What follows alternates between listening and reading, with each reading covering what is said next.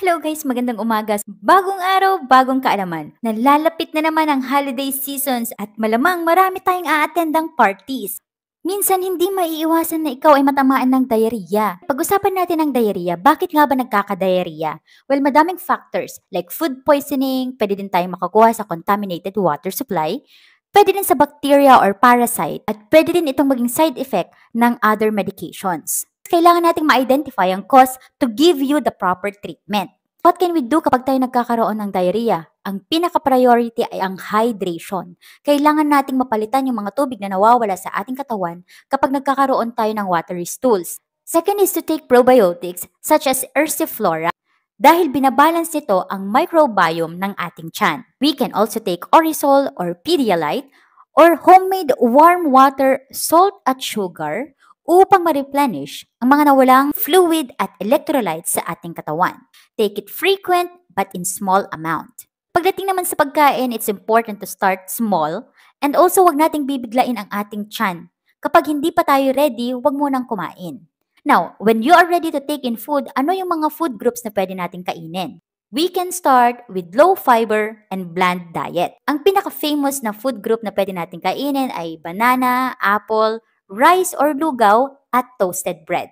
Now, you can also take Imodium as prescribed or over-the-counter. Ask your pharmacist on how it should be taken and follow the instructions on the label.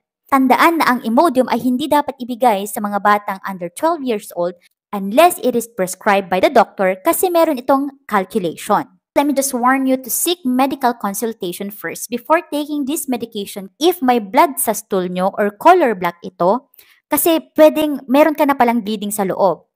If may existing na fever, sobrang panghihina at weight loss. Also, magpakonsulta na din kapag nakaranas ka ng more than 5 loose stools at umabot na ng 24 hours ang diarrhea mo.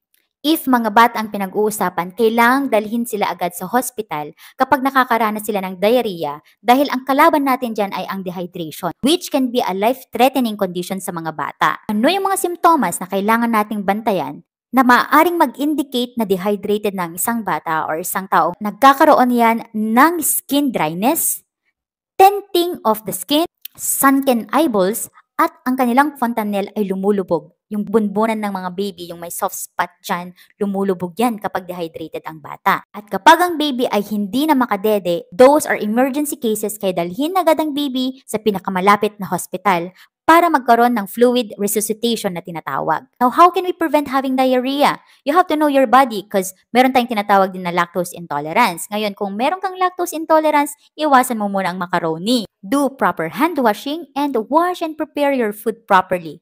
Avoid undercooked foods as well and do not share utensils. Thank you so much again for watching and enjoy this upcoming holiday, guys.